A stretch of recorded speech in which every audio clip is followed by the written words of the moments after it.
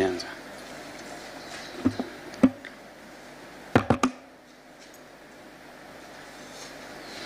I, Washira Stephen Kariuki, do swear by the Almighty God that the information I will give to the committee shall be the truth, the whole truth, and nothing but the truth, so help me God.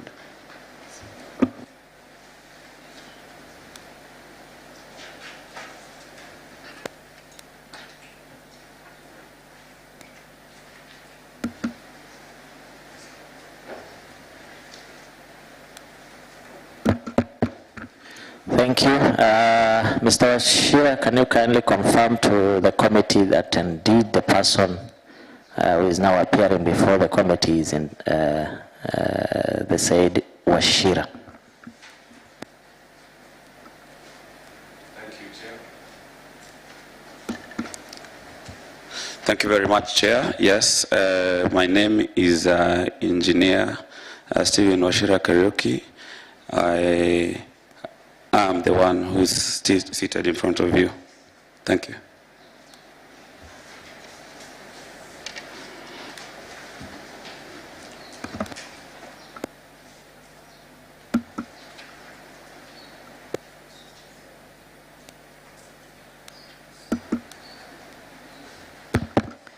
Thank you.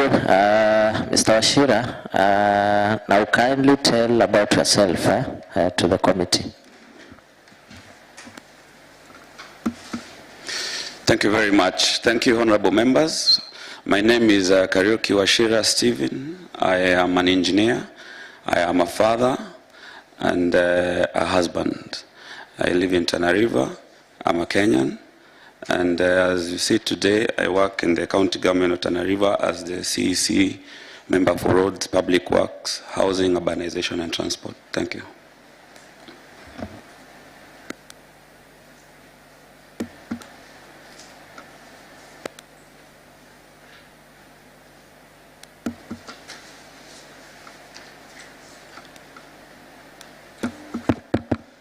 That was so brief. We wanted to also hear about where you went to school and your family. Kindly.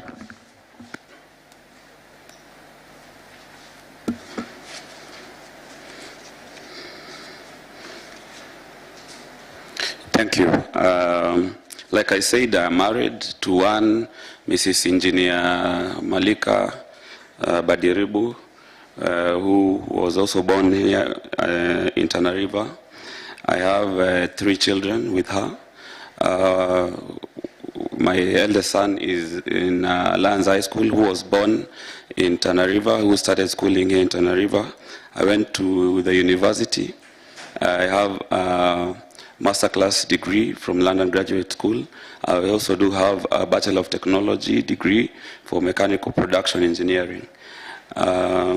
I have worked in many counties, in many institutions before, and this is the first time that I've been in a public service, and I believe that I have done well in the period of time that I've been given the opportunity to do it.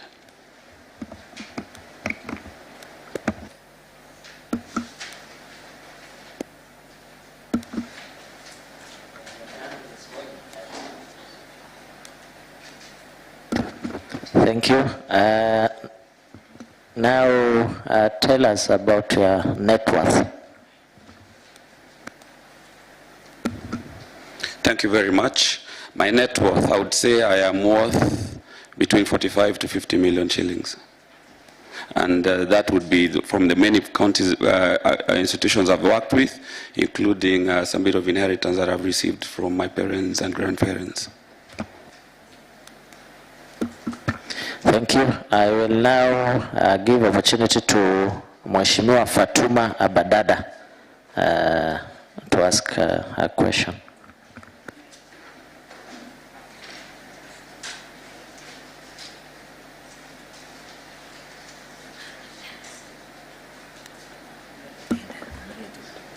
Asante Chair.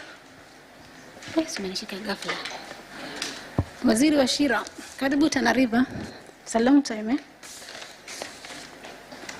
One question. What are the grounds for removal of a member of the County Executive Committee member?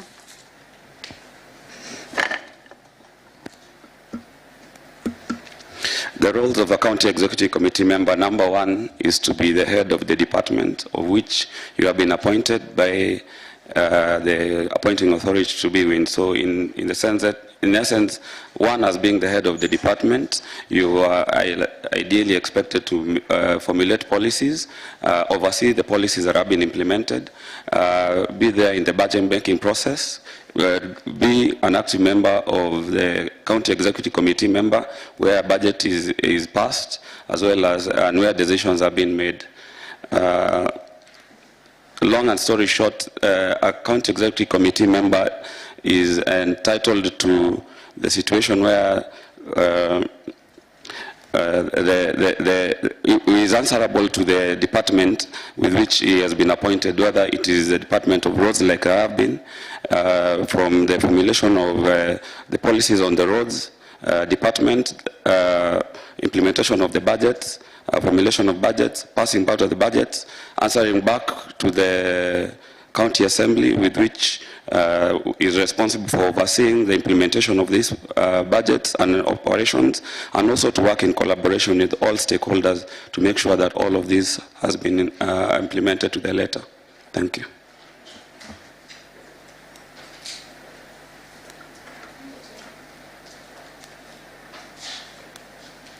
Mheshimiwa Roda, you can proceed now.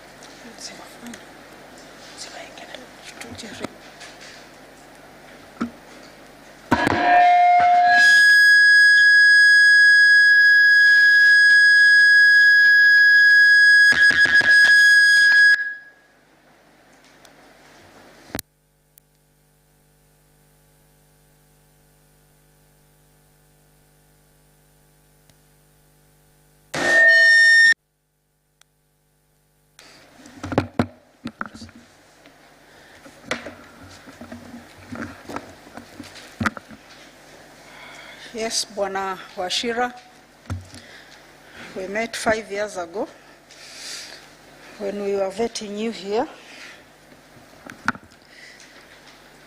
I heard you mention that you are taking pride about what you have done as Waziri for roads. Just give me a brief on what you have achieved in Tana River County within these 5 years.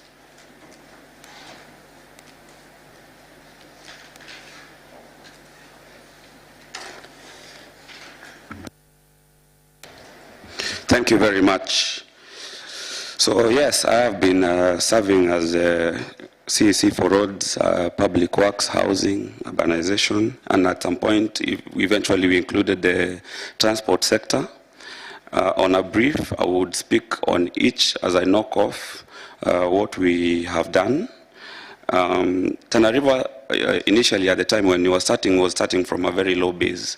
So in terms of bitumen standards on the kind of roads that we had, we only had the town, the Laza, that had been done for 10 kilometers. So within that period of time, we have managed to, in collaboration, extended the bitumen or the tarmac roads network. We have done 15 kilometers. That was in the first year, and then 15 kilometers in the second year with the collaboration with Kura.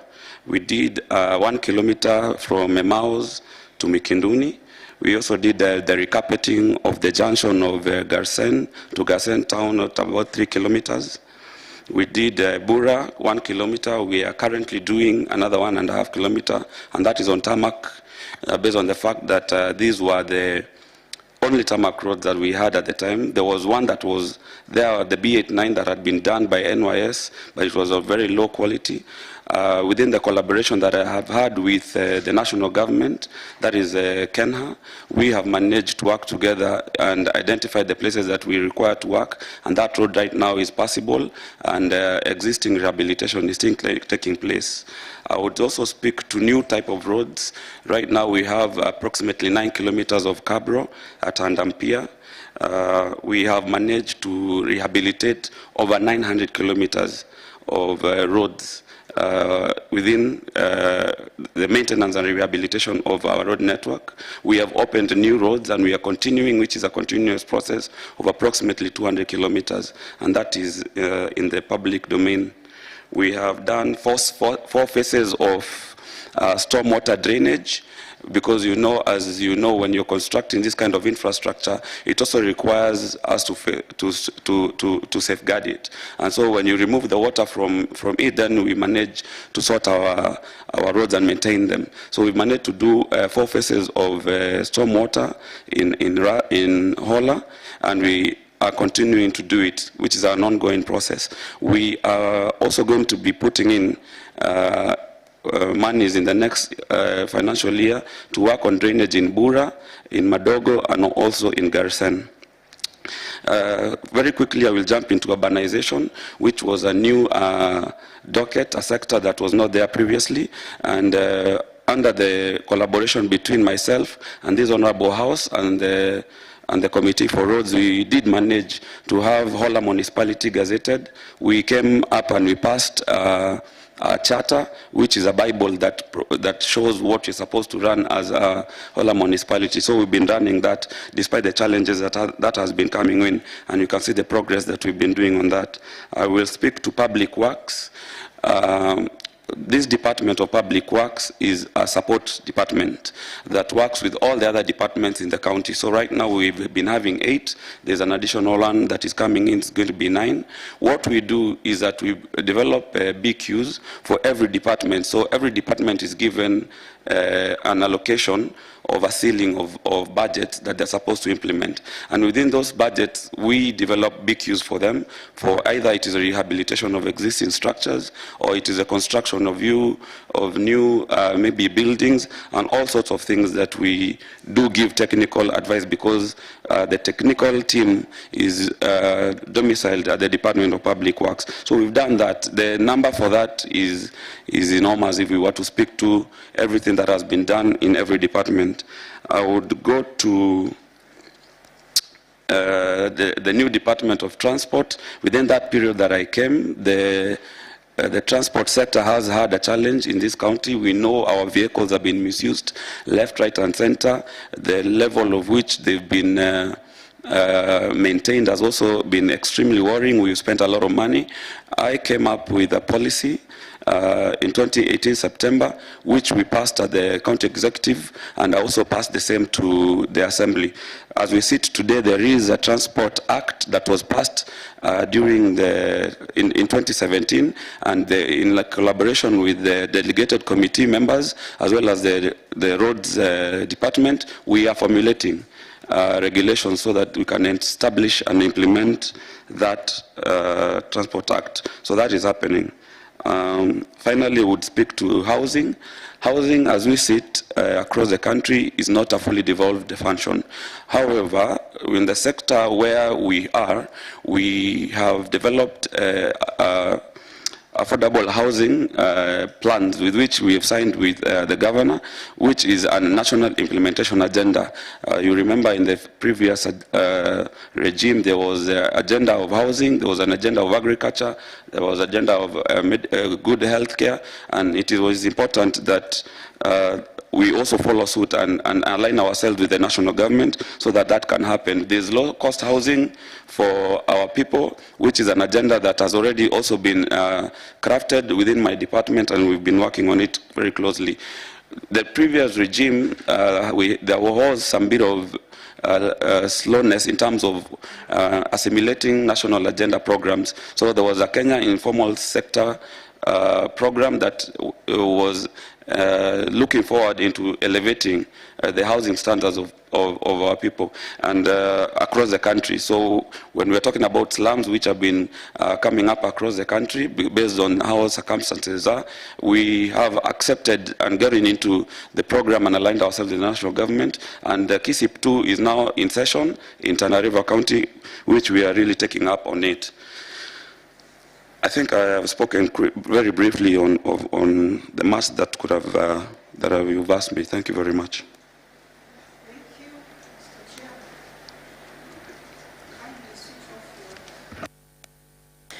Yeah, thank you, Bwana Chairman. I think I reserve one more question.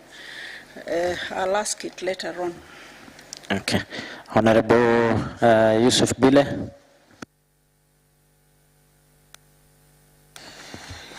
Thank you, Chair. Waziri, highlight the challenges your department faced in the last 5 years and provide possible ways on how they should be addressed. Thank you very much, Mheshimiwa.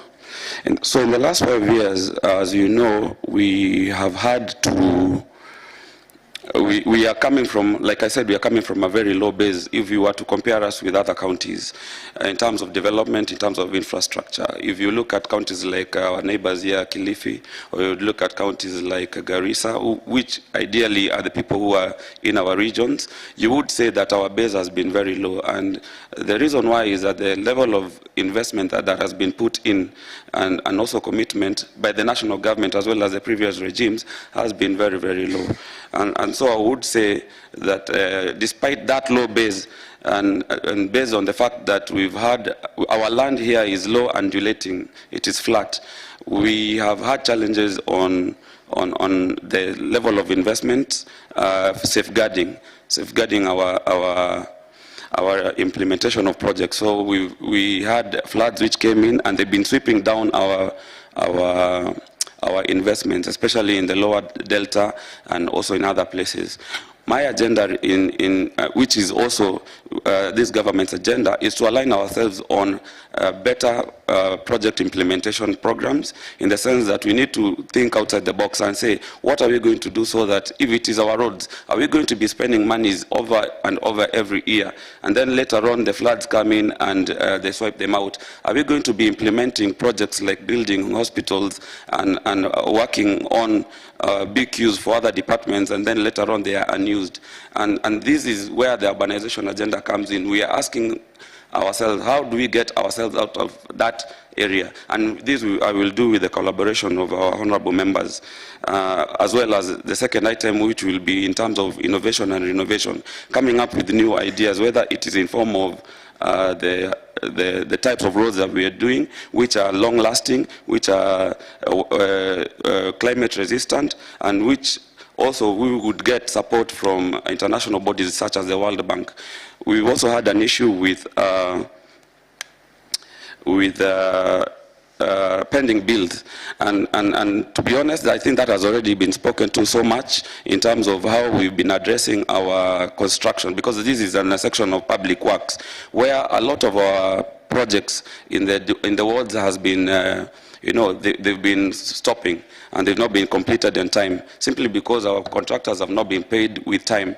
And I know this has been an extensive conversation with Waziri Baboya, but my idea would be, why don't we just focus on the main projects that we're supposed to work on, and then later on we can finish up with the others that we would be able to finish up with. And this would be in collaboration with the honorable members with which we've been working on.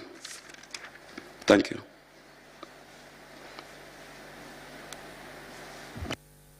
Chair, my second question is, Waziri, I believe you are now well conversant with the Chewele own area. There is that road from Bilbil to a place called Hafira, where it is processed completed a long time ago. Engineers went there, they assessed and brought the report to your office. And there's a Bilbil Wadesa, Matagala Bilbil, Chardente to Lagatula. Tell this committee, Waziri, that what measures will you do to curb the challenges of these roads? Thank you very much, Mheshimiwa Yusuf. Yes, I am conversant with that particular road. I know the focus of late in the previous time was that we were working on a 5-year program, which is an annual development plan that is usually implemented on an annual basis with an aim of having it to be relooked into every now and then. That road had been planned for, it had been started, an identification was done on who is supposed to have done it. The focus at some point changed based on the leadership that was there on the ward at the time, but I do believe that with your leadership today, we would be able to implement it based on the fact that you are the one on the ground, and with collaboration with you, with my department, and you being the representative of the people, then we would prioritize on what matters and works for the people on the ground. Thank you.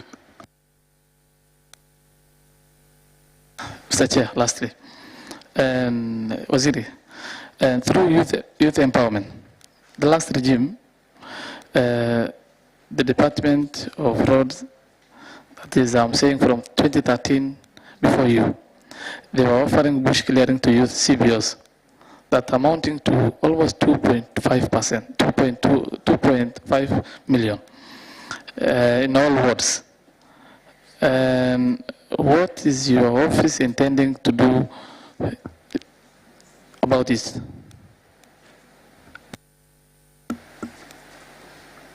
Thank you very much, Mheshimiwa. Actually, the truth is, when I came in, there were a lot of young men, young women, people with disabilities who came asking me how they would get the fair share of the 30% of the implementation of procurement as it is. And one of the ideas was that we have CBOs, they come up with CBOs, community-based organizations, to make sure that that allocation works for them. There was a challenge on the other side, is that the pace with which they were coming up with CBOs and registering them so that they can be companies. Because at the end of the day, the law is very clear that these jobs are given to companies and not necessarily CBOs.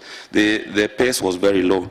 My agenda today is to make sure that we work with the current CBOs, the ones on the ground. There is actually an identified one at Chelewe today, and I've been in conversations with them. I think you already know. We would have them get into, and also we will assist them in understanding how these jobs are done. Yes, we have open tenders.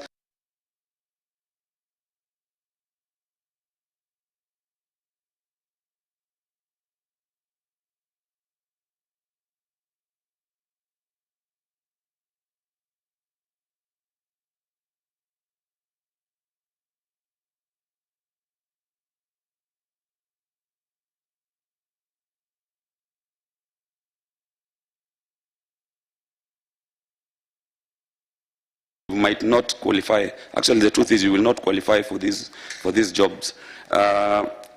Bush clearing is adequately simple because a CBO, bush clearing is part of the process with which these jobs are done. And my agenda would be in this coming financial year, and even the previous year, with which I can attest to, we have engaged the youth extensively in bush clearing activities, as well as other manual jobs which occur in the construction of this infrastructure. Thank you, Chair. I'm done. Honorable Babusa Hamid. Thank you, Chair. Mr. Stephen Washira, kindly highlight any legal or policy changes that should be put in place in order to improve the transport infrastructure in this county. I repeat, in a slow manner, highlight any legal or policy changes that should be put in place in order to improve the transport infrastructure in this county. Thank you. Thank you very much, Mheshimiwa. The first one would be to establish a transport committee. It is by law, by NTSA, that there should be a transport committee which is composed of certain people that have been outlined in that. And that outrightly brings in the changes with which we anticipate to achieve. So the first one would be to establish a transport committee that is not there currently. Number two would be to highlight the challenges, not only for the county government, as well as the challenges that which the national government transport agenda is being served. So we are speaking about how do we register new circles into Tana River, how do we have it competitive enough so that the prices of which all of these have been brought down so that people can bring in their vehicles and all of that so that it is done very correctly. Number 3 would be to implement the National Transport Act, which supersedes the county one to the letter, because it also works in a much better way. If it is the traffic laws that which we do not have currently being very well implemented in the county, we are speaking about whether we will have to bring in traffic lights in Hola, or we would have to work on other agendas that we work in, among other things. Thank you. The second question. Citing the features of municipality, kindly explain or maybe define the term municipality. Thank you very much. So what is a municipality? A municipality is an establishment with which is enshrined in the Constitution of Kenya. The Constitution has many acts. So the municipality is enshrined in the Urban Areas and Cities Act, and this act has been changing over the years. So in Kenya, municipalities automatically becomes, for example, the one in Hola is a municipality automatically because it is part of a headquarter of a county. For it to be a municipality as well, there has to be a certain threshold of people who are living within it. So it is 70,000 people. For example, in Hola, the municipality of Hola works in between Kalkacha and 30 kilometers radius, so which also includes across the river. The municipality comes in with different levels of management. So we have a board of municipality that operates how it's supposed to be run, and the board has been outlined on how these board members are brought about, how they are appointed, and how they are approved into. We also have a CEO who is also the manager of the municipality, who is the accounting officer that is responsible for all the budgets and funds that are being implemented in it. The municipality, based on its entity, is backed up into the County Government Act through the Department of Urbanization. So the municipality reports through the CEC for urbanization. That is on a brief on what the municipality is all about. The last question, kindly. Bwana Waziri, are you aware that Kinakomba ward is within the municipality of Hola? That is part A of that question. Part B of the same question.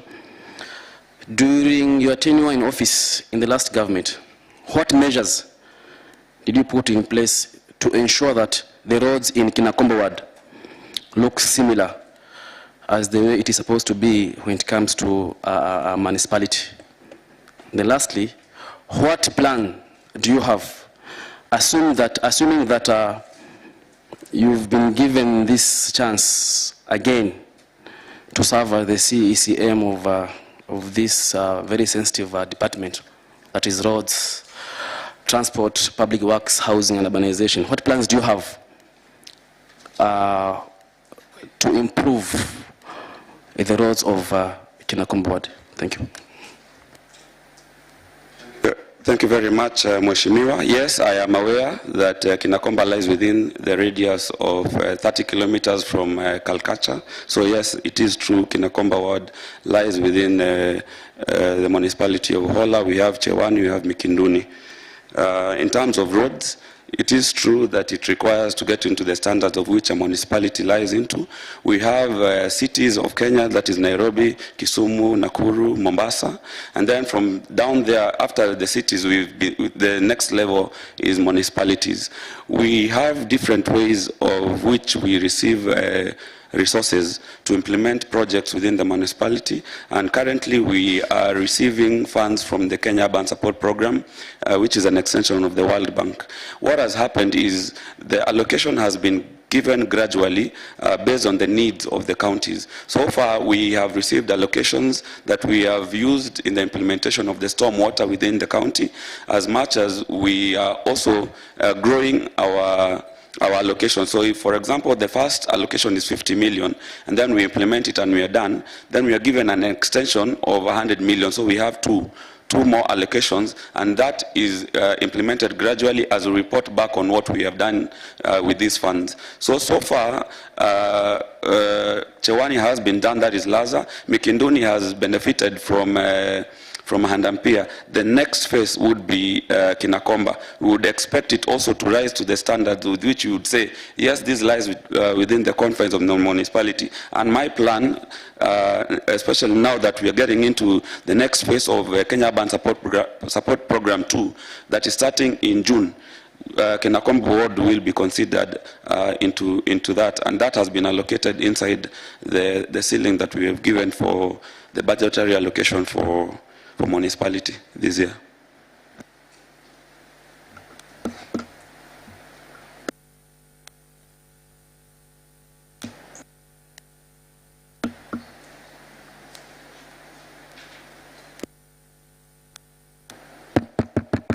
Mheshimiwa Babusa, time is not on our side. I will just allow one more question so that we can move to the next honorable member. Thank you, Chair. The last question on the same subject, Bwana Waziri. Can you kindly confirm to this esteemed committee that Kinakomba Ward for the last 5 years have not benefited from municipality programs? And then if yes, what might be the challenges? And what have you planned, given this chance, what have you planned to resolve maybe the challenges that you could have mentioned in that question? Thank you. Yes, Mheshimiwa Babusa, it is true that Kinakomba has not received the support on municipality per se. However, it has been considered in an urbanization agenda for the county. Why? Because the resources that we have as a county cover the whole county based on how we need to implement. So as much as a municipality that has not happened, Kinakomba has benefited on resources from the Department of Roads in implementation. However, like I pointed out, that it is true that our allocation has kept on increasing, and we are going to consider Kinakomba Ward in the ongoing allocations and activities. We have had a Kazi Mtaani program that has been running for quite a while on green beautification. We would also be considering that among other wards that are within, including YU ward, which also requires it to benefit from it.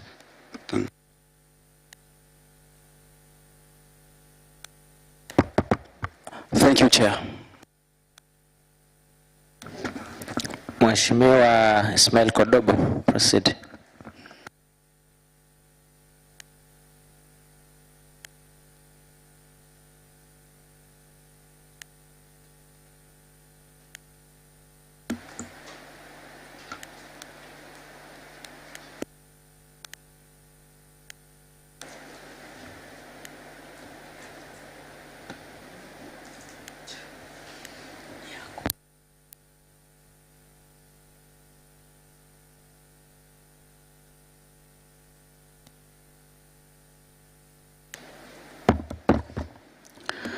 Thank you, Chair. Chair, I think this is the committee that I chair in the assembly. So I'd like you to grant me a little latitude for adding some few questions so that I can be free from those who might be asking questions. The first question is about Waziri, the measures you will propose to the County Executive Committee that will help to strengthen and improve service delivery within Hola municipality, keeping in mind that we had a petition of the Hola municipality manager and we have removed him from the office.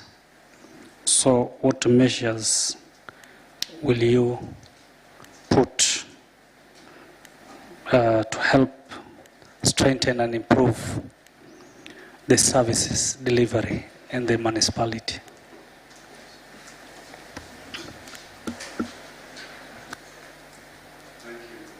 Thank you, Honorable Kodobo, who is also my chairman at the Roads and Public Works Committee. Yes, it is true that there was a petition of the Hola municipality manager that was brought about at this honorable house. The Urban Areas and Cities Act is very clear that a municipality manager can be removed, and the municipality manager can be removed in 3 ways. The first one, it says the governor can remove the municipality manager. The second one says that the board of the municipality, out of the 2/3 ruling, then they can remove the municipality manager. The third part, the Urban Areas and Cities Act, says the municipality manager can be removed by petition, with which a petition was lodged into this house. A committee was set up to investigate it, and it was done. And eventually a ruling or a recommendation was done so that the municipality manager was removed by the committee. That recommendation was sent to my office, and the action plan was to make sure that that lands to the necessary appointing authority. As we sit today, the appointing authority of the municipality manager lies at the Public Service Board. This has been a challenge across the country based on who has been appointing and how that has been happening with the municipality managers and how they've been responding with boards, because the board of Hola municipality had also made a recommendation twice, including December last year, to remove the municipal manager for many reasons that were outlined. I, the CEC for urban, which encompasses the municipality, I will stick to it, and as difficult as it is, because the only employee that has been employed by the county to date is the municipality manager. We've had a challenge with employment for quite a while. You will remember there was an issue with the house clearing the Public Service Board board members who in turn are supposed to assist us in the recruitment of employees across the county. But that happened, and now we have a full board, and you will see there has been a lot of jobs that have been advertised since then, and recruitment has been happening progressively. What I will do is that, because now we have a functioning public service board, we have made many recommendations of people who are supposed to assist in the work of implementing the roles of the municipality, which are greatly outlined in the Urban Areas and Cities Act. And I will ensure that that is done with collaboration, very close collaboration with the Roads Committee, which I have done before. Thank you, Chair.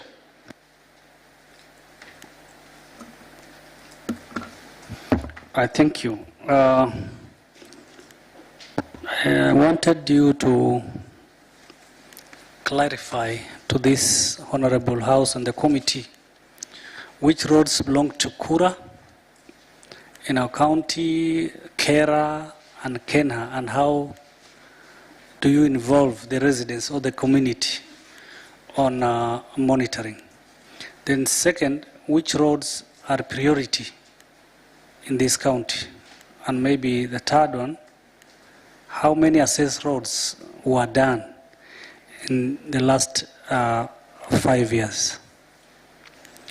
Thank you. Thank you very much, Chair.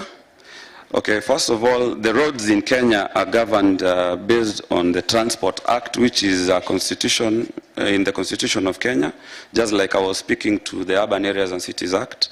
And it is very clear on how roads are distributed in terms of responsibilities. So roads are distributed as Class A, Class B, Class C, Class D, Class E, and other roads. When you say other roads, we are talking about Panya routes and all of that.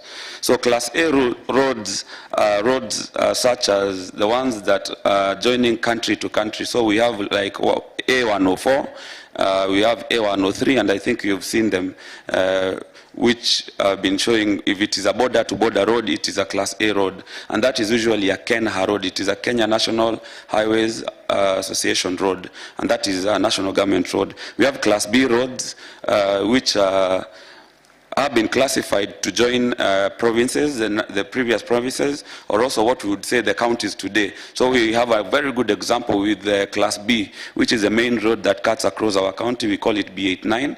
That is also a KENHA road. We have Class C roads, Class C and D roads, which you would say have been classified for urban areas roads. So that is KURA, Kenya Urban Roads Authority. I would speak to this one. When Hola was not tarmacked, like when Hola was not tarmacked, the roads were responsible for by the county government at the time. And when we invested money and tarmacked Hola, then its level of standards moved from a Class E road to a Class C road. So it becomes an urban road. So KURA is the one that is responsible for the roads in town, where you will see. And then we have rural roads, which is Kenya Rural Authority roads, that are responsible for the roads that are not KENHA, KURA, or county. And that is, for example, a Kera road would be the one from the one that goes through Tarasa. You'd also speak to the road that does across all the way to Masalani. That is a Kera road. And then we also have now county roads. These are the roads that we are responsible for opening of new roads from towns to towns, from villages to villages. And these are the roads that we deal with. We know we invest money as a county to elevate the standards of these roads, to bring them up to standards, and then at some point, then we lose control of those because they go to the national government and allocation is done at national level. And when that allocation is being done, then we lose county.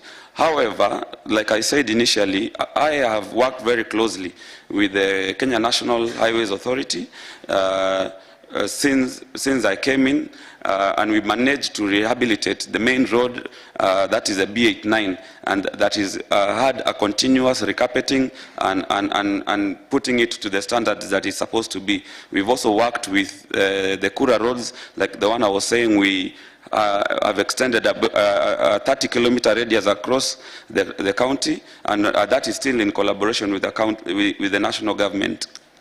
And so it is my role as the CEC to work with these leaders that are responsible for roads, both in national and the county, so that we can expand the road network and the footprint. As we sit, I said initially that within that tenure, we have managed to do our county roads of approximately 800 kilometers. and opening up of approximately 200. And if you look at the budget that we provided for the next financial year, we are still bringing in a bigger chunk of funds so that we can improve our road infrastructure. Just like Mheshimiwa Yusuf was asking, how do we get this road done? Because he feels it is a priority for him, and initially maybe the former leader who did not feel it was good, but that will be my role to make sure that I work with the current leaders on every ward so that we can get ourselves, so that we achieve what is priority for them, what will work for them, and not necessarily work from the office here where you say we require to implement jobs for the wards. Thank you. Chair, I have very quick 2 questions. The issue of approving structures for payments has been a headache in this county. We've seen that the engineers who are domiciled under your department do approve. Even we've seen in audit queries that they have even approved payments prior to the commencement or the starting process of the project. So as the CEC who is in charge of this, how will you make sure that the structures that are not in good shape, the substandard ones, the roads, because we've also seen the roads that were done in 2018, 2019 is also repeated in 2020 or 2022. The same roads, we've been allocating money. So we don't see the value for money, actually, as the people's representative. So is there a disconnect between your office and your junior workers, or do you think that there's no strength or the manpower for the people of Tana River to see that there's value for money? Because we've seen roads that have been done, the money being paid, and when the rain comes, it is washed away. So, Bwana Waziri, what is wrong with your department? Do you have really qualified people in that department? Thank you. There's this last question, Bwana Chair. We have the municipality board. And the municipality board, according to the municipality charter, the members of the municipality board must come from within the municipality. So in that formation of your members and of the board, are they really coming from this municipality, or they are those who are coming outside the municipality, which is contrary to the municipality charter? Thank you. Thank you, Chair. I will start with the issue of municipality board and the members. Like I said, the municipality board members, that is enshrined in the Urban Areas and Cities Act, and how the board constitution is supposed to be brought up. What has happened is that there has been a revision of the way the board is being made. So in 2018, the revision of the board came in and they recommended that the chief officer, who is the accounting officer of the urban areas, the urbanization agenda, should sit in the board, as well as the CEC or an appointee of the CEC. That was not there before our board was enacted. What I want to say is that by the time we were doing our municipality charter, the act it was not the way as it is today. And I am aware that there are some people who are in the board that do not actually reside within the confines of this municipality. The good thing about it is that their terms of service has lapsed, and we have an opportunity of redoing both, upgrading our charter as a department, so that it reads as to what it is, and also the board itself. I will speak to the implementation of projects, where we are saying that there has been complaints that engineers and other technical teams have been approving payments where jobs have not been 100% done, or they are substandard, or monies have been invested over and over within a period. So the first one I would say is the way to correct this would be to enhance the project implementation committee. What do I say by this? This is enshrined as we see it. So there has to be a committee for a certain project where it has a chair and representatives that have been appointed by stakeholders. So for example, if it is a hospital we are doing in Ngao or Hirimani or in Bangale, there has to be individuals from within who will sit in that implementation, and they do minutes for meetings for every single time a payment is being done. That is the only way we can enhance this. And then after that, payment is done and it is recommended for doing so. So yes, it is important that that happens. I believe we have strong technical people within the department, but like I said, we have had a challenge over the years in recruitment. I know there has been a ballooning budget constraint with our employment, but I believe the only way we can get standard works being done is if we source far and wide, and also make sure that the right people are in these offices. Yes, so I do accept with that, and that is opportunity that I will push within the county executive committee, so that we can do that. The final one, Honorable Chair, would be to rely on you, honorable committee members, and you, honorable member of county assemblies, whose role and responsibility, one of them is oversight. When these things are being done on the ground, you are the people who actually are supposed to oversight the executive when we are implementing. I am extremely approachable. You would know that if you get the information from the way I've been working, I'm extremely approachable. Get back with me, let us work together so that we can make sure that the standards with which our projects are being implemented is at par.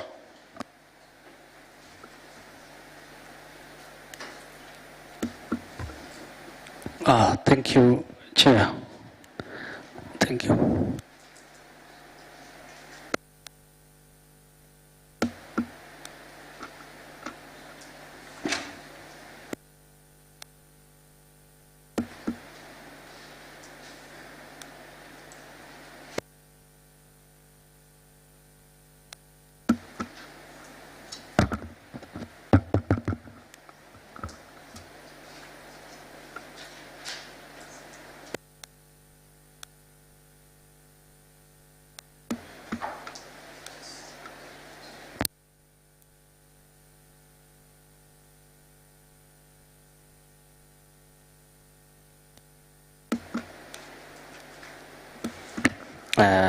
Honorable Musa Wario.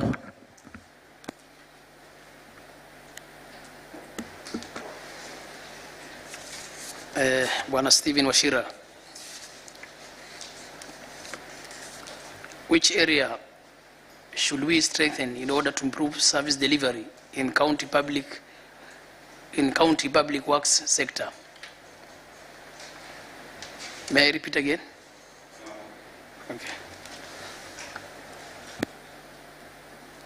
Thank you, Mheshimiwa Wario. Thank you also for vetting me for the second time for this job. I would say the areas that we require for us to enhance service delivery and make sure that projects are implemented and done well, the first one would be oversight. so that we can get value for the money that we've already invested. I know we have had to reinvest monies and resources for projects that we've already done, but some of them are inevitable. For example, if it is roads that are being cut off because of maybe torrential rains that have come in, we will not say that we will not reinvest some money. What we've done is that we've brought in culverts and things of that nature to make sure that that is done. So the first one would be on reinvestment, and the second one would be on oversight.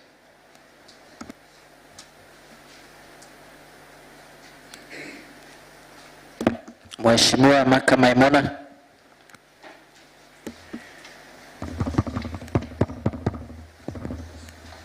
Mr. Wachira, kindly name 3 functions that are under the jurisdiction of the county government in relation to transport.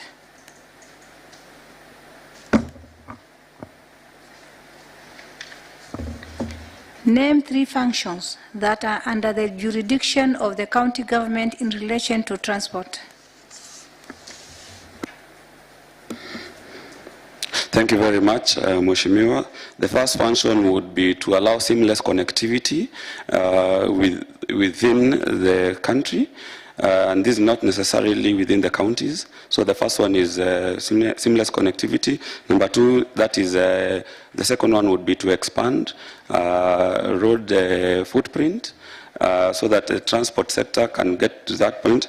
Number 3 is to enhance easier communication in terms of the cost of movement of services and goods within the jurisdictions. Mheshimiwa Riziki. Thank you, Bwana Chair. Mr. Wachira, my question is, tell us how your government has embarked on the implementation of the affordable housing scheme, and which policies will your department put in place to ensure that the Tana River County Council benefits from the scheme?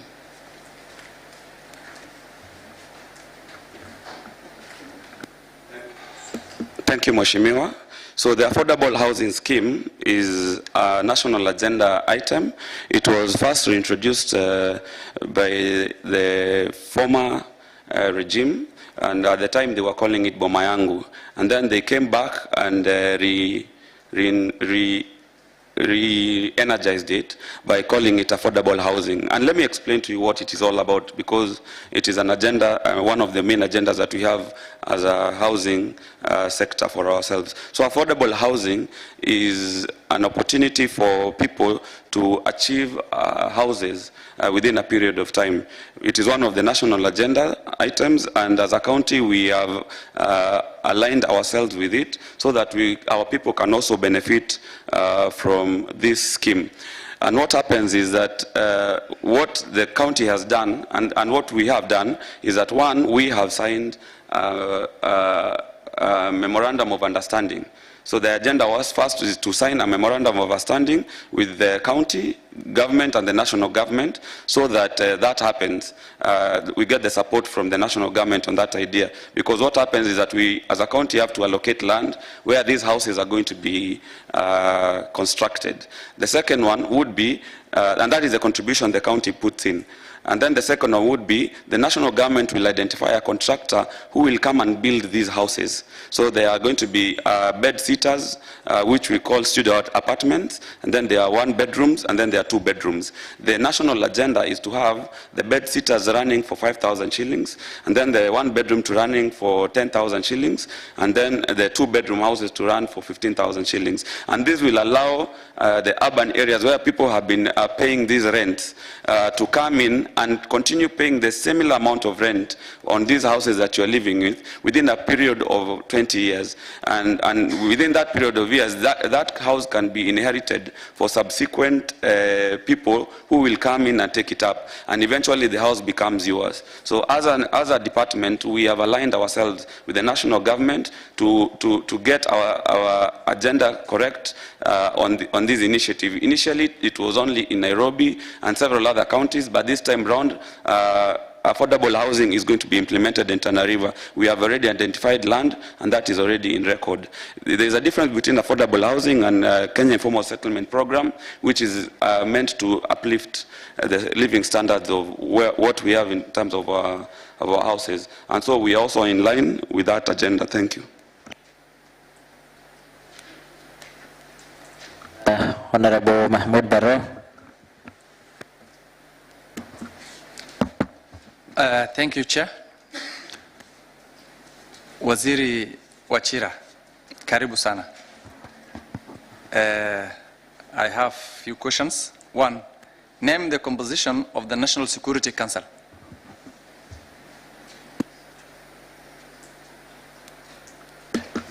Thank you very much. National Security Council, that is